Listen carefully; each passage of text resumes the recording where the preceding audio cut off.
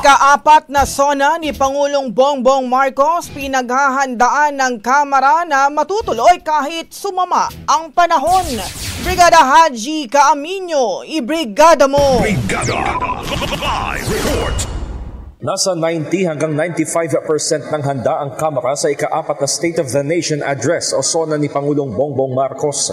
Sa pulong balitaan ngayong araw, sinabi ni House of Representatives spokesperson Attorney Princess Abante na halos kasado na ang lahat para sa SONA maliban sa ilang contingency measures at preparasyon na may kaugnayan sa lagay ng panahon.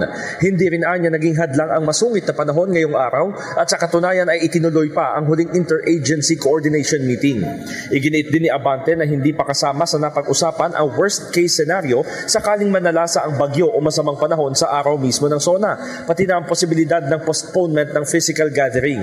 Bukod dito, wala umanong halos pagbabago sa security measures na ipinatupad noong nakaraang taon, gayon din sa inaasahang bilang ng guests sa plenary hall. Kinumpirma naman ni House Secretary General Reginald Velasco na kumpleto na ang guest list at ipinamamahagi na ang imbitasyon sa kanila.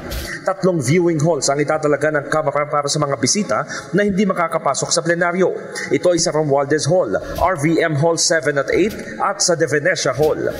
In the heart of changing lives, ako si Brigada Haji Caaminio ng 105.1 Brigada News FM Manila, the Music and News Authority. Ang bahaging ito ay hatid sa atin ng Fast Relax. Tanggal ang sakit, ora mismo.